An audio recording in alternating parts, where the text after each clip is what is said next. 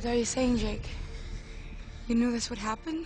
Because of the nature of this film, you know, with this alien clan, this alien culture, you know, we had a choice. We could do it with makeup, like it's always been done, you know, rubber appliance makeup. It would have looked horrible, and it would have been boring and stupid, and, you know, kind of blue actors running around in the rainforest in their underwear, you know, and a bunch of blue body paint. It would have looked terrible.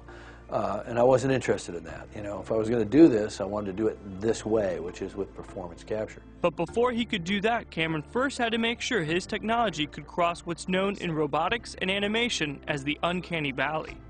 Let's say this is an absolute human, and this is a, you know, kind of a talking moose.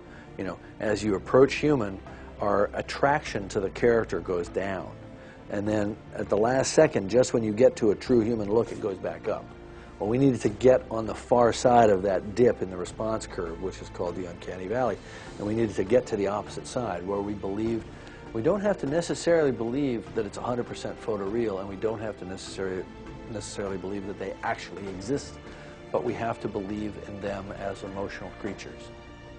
And so we came up with the head rig. We call it the head rig. It's basically just a kind of helmet, very tight, conformal kind of skull cap that's based on a life cast of the actor's head and a laser scan.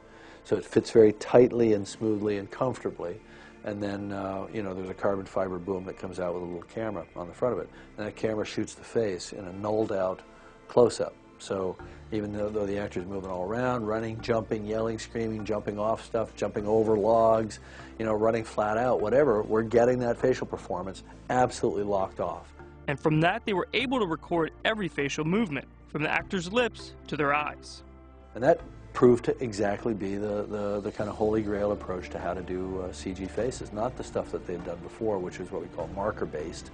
We're now image-based. We got the best animators in the world to take all this data that was coming out of our performance captures, and then we limited their options to things that were value added, like the ears and the tails. So they took a human performance with no diminishment whatsoever and then added to it. So when people ask me, you know, sort of what percentage of the actor's performance came through in the final character, I say 110%, because you actually had an increase in the sense of whatever the emotionality of the moment was. For Discovery News, I'm Jorge Ribas.